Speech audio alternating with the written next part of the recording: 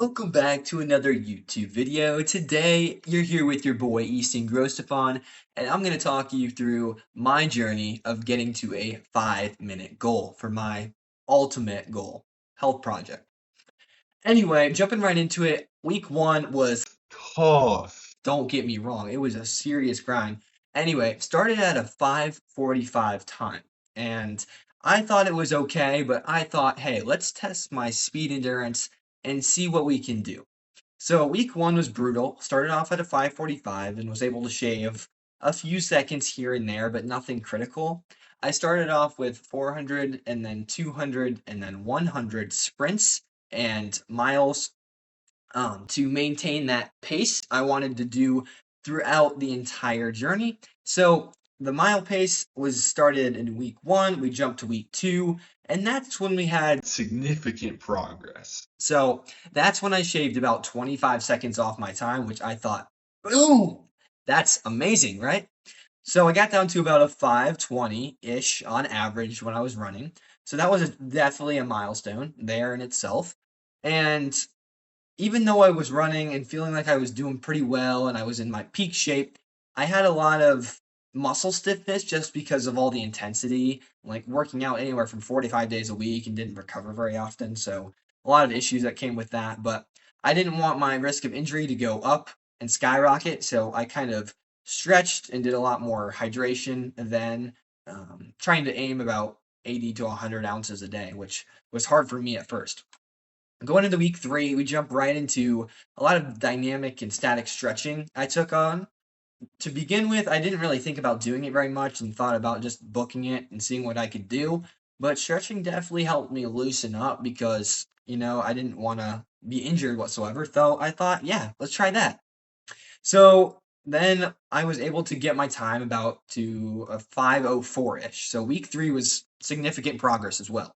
So I thought, hey, perfect, another 16 seconds down. And that 4 seconds to get down felt Impossible. as I was running on the road and doing these sprints and getting onto week four, I just felt like, oh my gosh, this is not going anywhere. But as I started running and as I started to lock in, I finally, as I was running with my phone in my hand with the app that tells you your mile pace, I was running and it told me I had a 4 minute and 58-second mile. So not only did I beat my 5 minute mile pace that I wanted to, I went underneath it by 2 seconds. And I thought, let's go! Finally achieved it. And it took me forever. But that just shows you the power of consistent habits. But definitely a lot of challenging parts to this, but yet it was so rewarding to find that. I mean, in the mean run, just or in the long run, just to see like, whoa, that's what you're truly capable of when you put it to heart. So I'd say the hardest part wasn't necessarily running, but it was a lot of the boring task and monotonous task and so forth. And it just really mundane. Like I was just doing it over and over again, and it wasn't really progressing. And stretching and drinking water was definitely something I didn't really want to do it to begin with. But I looked forward to getting the pace I ultimately got. So that was awesome. So my three key takeaways is number one is consistency. So like I said, the small habits build these elite results. I felt pretty proud of myself. No glaze, but felt pretty proud of myself. Number two is mental power. Definitely took a lot of willpower to really push through my lungs burning, calves cramping, and there was a lot of physical pain that was involved, but it was great in the mean run. And number three is accountability. I ended up logging my journey on paper, so that really helped me to show that day in and day out, I was really sticking to my plan, and I was very grateful to see the journey that I went along the way. And it gave some personal honesty behind it too. So, looking at the semester and kind of what I've picked up, especially from this experience I've been doing, physical health is that prioritizing 8 hours of sleep is genuinely crucial, bro. I'm a zombie if I get anywhere under 7 hours of sleep. So, very grateful to have that time to sleep. Very grateful. So that definitely helped me for sure. Mental and emotional health, that's something too. Like I said, I was journaling earlier, and that positive self talk and those Cringy affirmations you say in the mirror.